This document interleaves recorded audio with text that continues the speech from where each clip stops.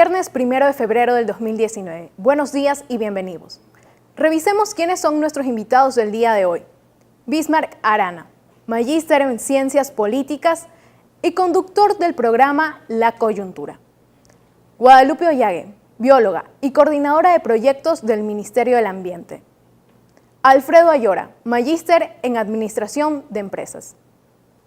Se ha podido observar actos de xenofobia a migrantes venezolanos que residen en el país a raíz del femicidio ocurrido el 19 de enero del 2019 en plena vía pública en el centro de Ibarra, norte del Ecuador. Luego del acto, grupos de ecuatorianos fueron despojando de sus viviendas y trabajos a venezolanos a través de insultos y golpes, lo que llamaban justicia por Diana. La joven de 22 años asesinada por su pareja de nacionalidad venezolana se convirtió en una catástrofe, llenando de miedo a los migrantes venezolanos. Por el rechazo y temor a la agresión física, se envió un pedido al presidente de la República, firmado por 24 organizaciones a escala nacional para la creación de políticas de prevención y protección, además de un proceso de regulación de extranjeros para poder saber sus antecedentes penales y sus actividades laborales. Ahora, veamos las entrevistas.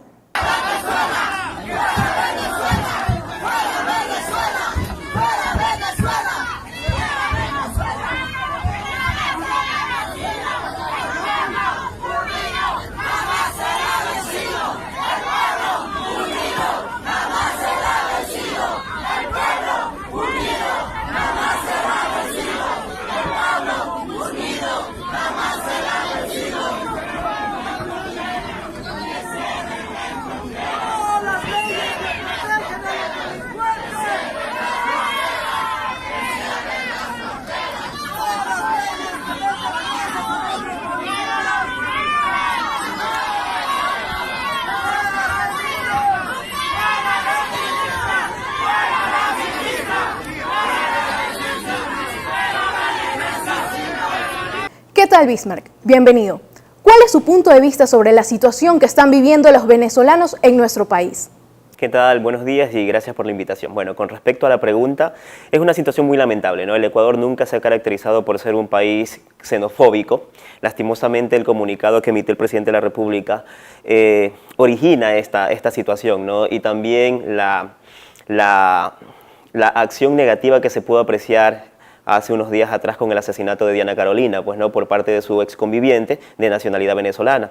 Pero el ecuatoriano tiene que tener presente lo siguiente, que ese acto de violencia no lo comete una nacionalidad. Lastimosamente, nuestra sociedad está cayendo en unas situaciones que antes no se veía, pues no, el índice de violencia está incrementando cada vez mucho más. Se siente que las autoridades, a través del sistema institucional de justicia en nuestro país, no está llevando acorde un deber muy favorable para el ciudadano común, y eso es lo que ha indignado a la gente a cometer ese acto en contra de los venezolanos, ¿no? Hay que tomar en cuenta que el venezolano viene a buscar mejores días, una situación muy diferente a la que está viviendo su país actualmente, y eso es lo que nosotros tenemos que comprender, debemos comprender, ¿no? Que estemos trabajando hacia un mismo camino, que en este caso es el desarrollo de una sociedad. Para usted, ¿cuál es el problema que existe para que este grupo de ecuatorianos rechacen a estos migrantes venezolanos? Bueno, como te manifestaba, ya el ecuatoriano está cansado de ver cada día actos de violencia, más que todo en contra de la mujer, pues, ¿no? Y que las autoridades no hayan hecho nada al respecto. Se siente esa decepción por parte de la institución, como te dije, de justicia como tal. Y esto súmale, pues, ¿no? El accionar que no se evidenció por parte de la policía para tratar de evitar el asesinato de Diana Carolina. Entonces, esto como que indignó a la ciudadanía y obviamente provocó, pues, esta manifestación en contra de los venezolanos. Súmale también un errado comunicado por parte del gobierno nacional. Yo considero que el presidente de la República sí cometió un error al tratar de solucionar, pues no, porque todos los dardos apuntaban al gobierno de que no hacía nada para erradicar la violencia. Para tratar de corregir esto, el gobierno pues emite un comunicado que en una línea bastó como para originar estos actos de xenofobia, pues no, al decir de que les hemos abierto las puertas, pero no vamos a permitir un asesinato más. Entonces esto es como que prendió la llama que obviamente ocasionó el incendio que ya todos conocemos. Hemos sido criticados mundialmente por el acto xenofóbico presentado en Ibarra.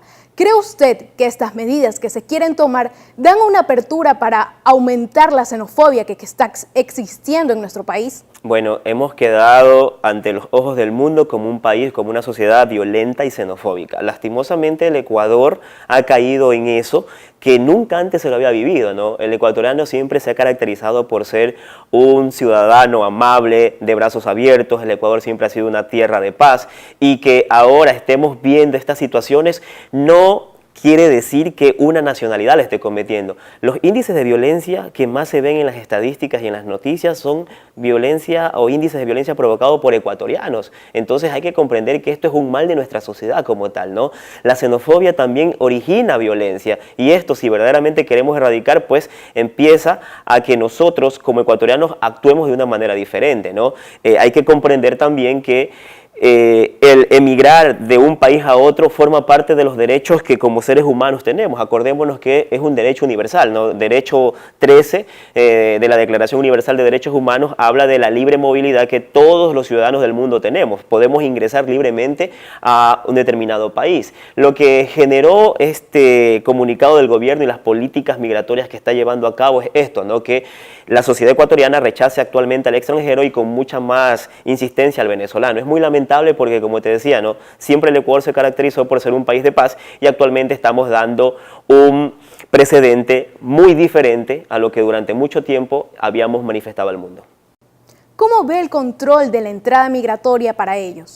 Bueno, el gobierno en ese sentido sí se quedó un poco, porque la situación de los venezolanos tenía que regularla de una manera diferente a como la quiere llevar a cabo. Debemos tener presente lo siguiente. A ver, el Ecuador es un país que ha suscrito todos los tratados en materia de derechos humanos, y al haber suscrito todos los tratados en materia de derechos humanos, eso quiere decir que permite la libre circulación de todos los individuos propios y extraños en nuestro territorio. Si quería llevar un control exacto de cuántos venezolanos entran, cuántos venezolanos salen, porque hay que tener presente algo: el territorio ecuatoriano para los venezolanos es un país de paso, ¿sí? Ellos buscan transitar por el Ecuador para terminar llegando a Perú o a Chile, que son los países donde ellos ven oportunidades, ¿no? Se ha querido llevar un control, pero con mucho atraso. Creo que lo que mejor conviene es llevar un control diferente a lo que se está queriendo establecer ahora, de pedir un pasado judicial, porque eso también estaría atentando contra la ley migratoria del Ecuador, y sobre todo con lo que dice la Constitución y como te lo manifestaba con el Tratado de Derechos Humanos. Entonces hay que tener un control muy diferente. Yo creo que lo más acertado que podría hacer el gobierno es aplicar una política similar a la que ha hecho el gobierno peruano, que es darle el estatus de refugiado al venezolano, y así tener la colaboración y ayuda del Alto Comisionado de las Naciones Unidas para los Refugiados, como es la ACNUR. Entonces, eso creo que es la mejor acción que el gobierno debería emplear. Debería llevar a cabo una coordinación muy interesante y mucho más estructurada a través del Ministerio de Relaciones Exteriores para un control más específico y una ayuda muy agradable para el venezolano, que sea diferente al accionar que ha llevado a cabo en estos últimos días. Muchas gracias, Bismarck, por la entrevista. Regresamos después del corte. Gracias. Hey chicos, escuchen, no importa si eres prepago o postpago, llama, envía mensajes y navega en internet. Y por supuesto, obtén redes sociales ilimitadas adquiriendo nuestros equipos como el iPhone X y Samsung S9 Plus con cuotas desde $45. Cámbiate ya, porque Claro te da más.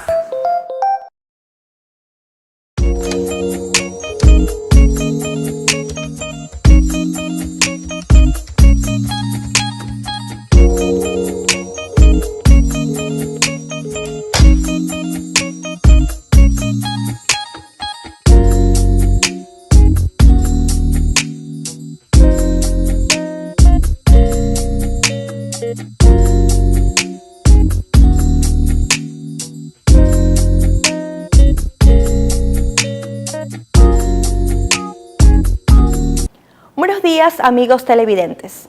Gracias por sintonizarnos y acompañarnos un día más en nuestro programa Hora 25.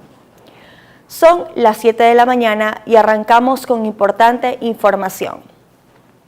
Hace algunos días, el Instituto Demográfico de la Armada anunció que habría oleaje y aguaje en el perfil costanero de nuestro país, especialmente en la provincia de Santa Elena.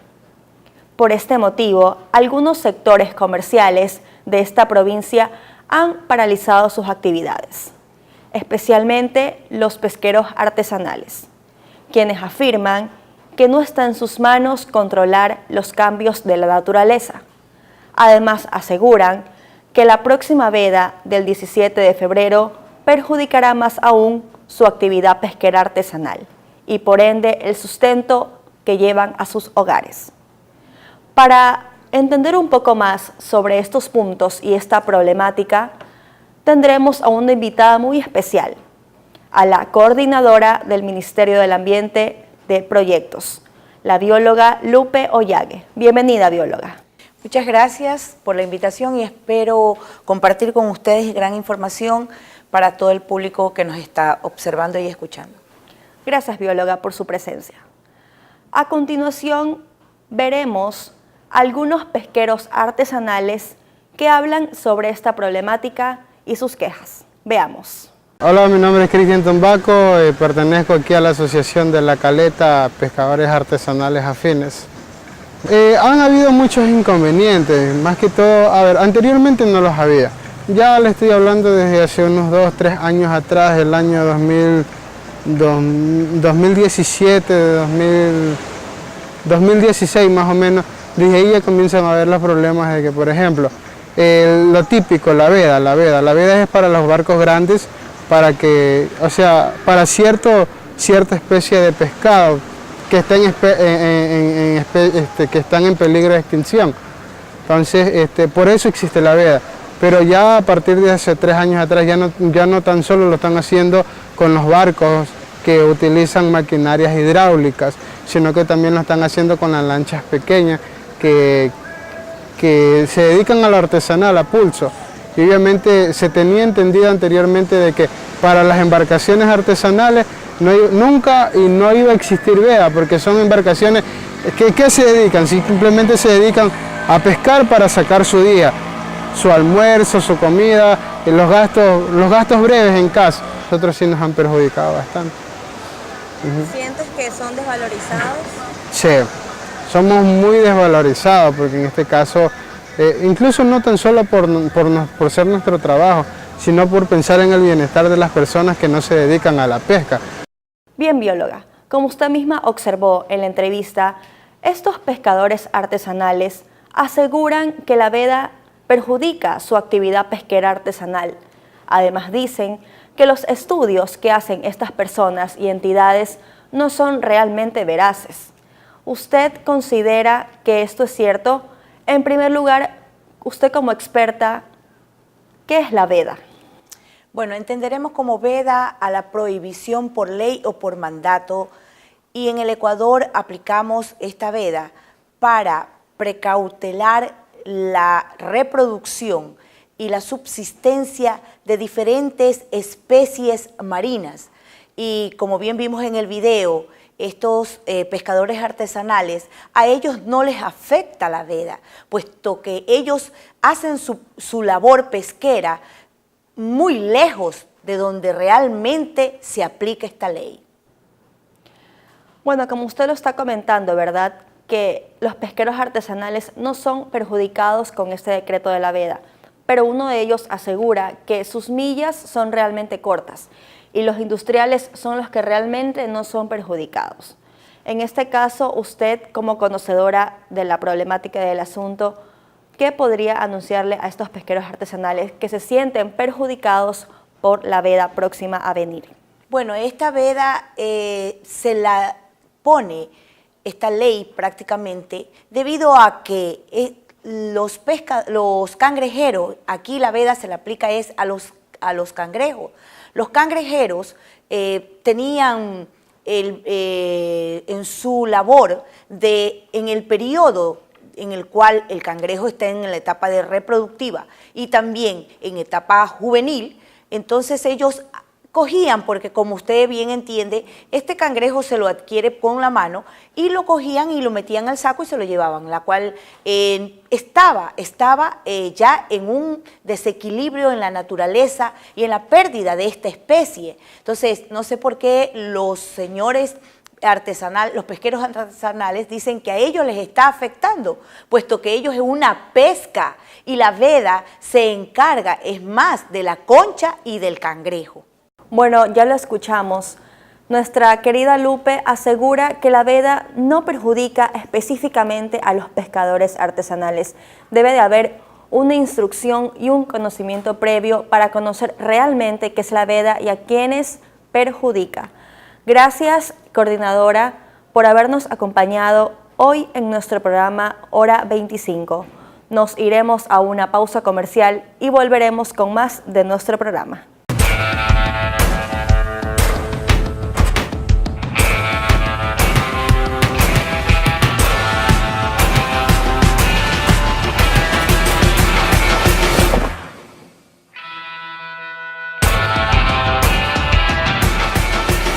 Calvins.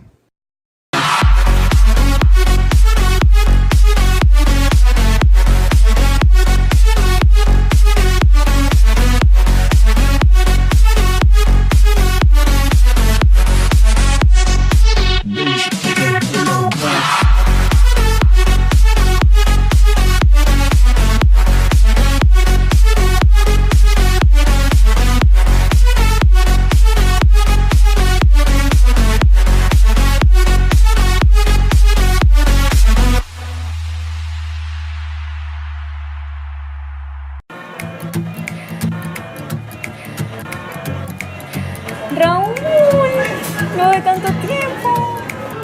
Sí, luego de 2 años que ya me terminaste. Ah, pues veo que sigues probando las mismas cosas. Pues no, te equivocas. Ahora he probado cosas nuevas.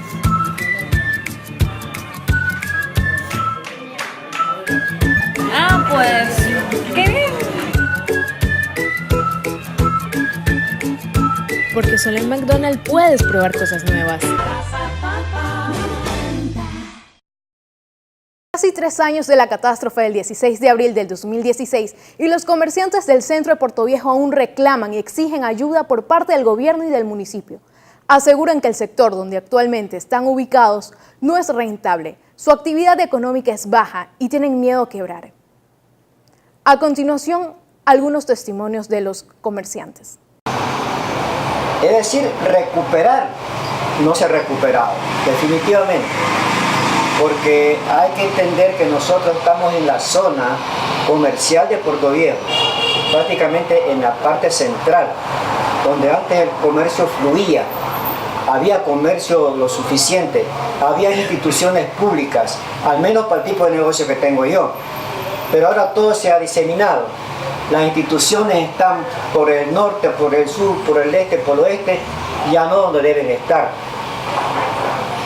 Yo digo que un parque no está nada mal, pero después del terremoto hubieron otras prioridades, tal y como lo demanda la ley de solidaridad, en las cuales se recaudaron más de 1.633 millones al 2 puntos de incremento al IVA.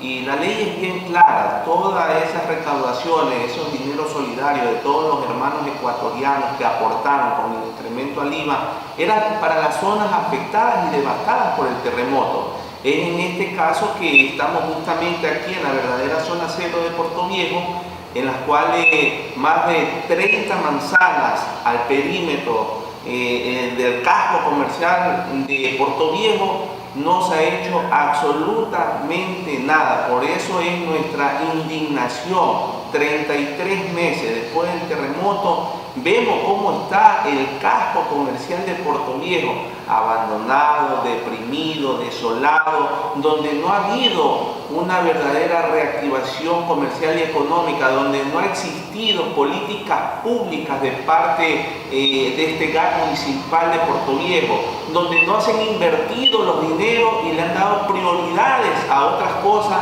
lo que no contempla y no tiene ningún ningún tipo de relación con la mencionada ley de solidaridad. 33 meses y estamos en el abandono nominal. Hoy nos acompaña el economista Alfredo Ayora, quien nos hablará sobre la preocupante situación en la que se encuentran los comerciantes del centro de Portoviejo. Buenos días, Alfredo. Como pudimos observar en el video, los comerciantes de esta zona reclaman la falta de ayuda que hay para ellos. ¿Cree usted que las medidas económicas que se tomaron hace 2 años atrás fueron las correctas para la ciudad de Portoviejo? Honestamente creo que las medidas no fueron las correctas, más que nada porque no se ve actualmente un uso correcto de estos fondos. De hecho, ahora podemos ver que incluso hay irregularidades en el tema del manejo de estos fondos por el tema de la corrupción. Entonces, quizás es discutible la aplicación de este tipo de ayudas y de temas de manejo de los recursos. No fueron las adecuadas, se pudieron usar mejores recursos, mejores formas de generar ayuda para estas zonas. Los resultados están a la vista. Manabí sigue teniendo problemas, hay zonas que todavía no han sido completamente reconstruidas y hay gente que está reclamando incluso obras que no han sido correctamente hechas. Entonces, la realidad creo que se puede discutir mucho del tema, muy aparte de la transparencia del gobierno o del gobierno en ese momento. ¿Qué otras estrategias se pudieron haber tomado?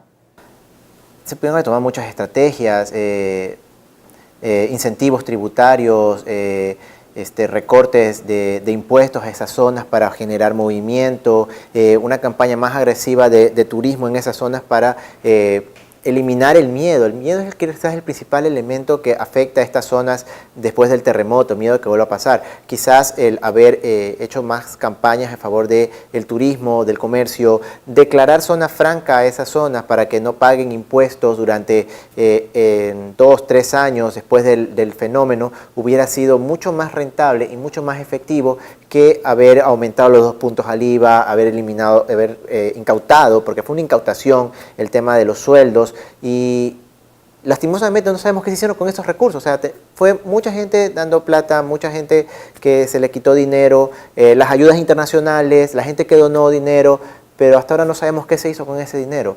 Y eso es parte también del proceso de corrupción que vivió la década pasada, donde no sabemos qué se hizo con ese dinero y lo poco que sabemos ahora es decepcionante. Muchos de ellos también reclaman la prioridad que se le ha dado a la construcción de un parque que se llama La Rotonda, como pudimos ver en los videos. ¿Usted cree que fue importante crear parques y no volver a construir el centro comercial de Portoviejo? Prioridades. Primero tenían que priorizar el aparato productivo y el sector comercial. Y después este tipo de zonas que son importantes, pero en realidad lo que importaba en este momento era que se reconstruya el aparato productivo. Y una vez que esté reconstruido y en marcha, ahora sí se podría pensar en este tipo de obras que son de entretenimiento. Son importantes, pero creo que faltó un trabajo de priorización. Es decir, con los recursos que tenemos, ¿qué hacemos primero? Y lo más importante es que se mueva el aparato productivo. Muchas gracias por la entrevista, Alfredo Ayora. Nos ha servido demasiado para despejar las dudas sobre la situación que están viviendo los comerciantes de Portoviejo. Esto ha sido todo por el día de hoy. Nos vemos en una próxima emisión del programa Hora 25.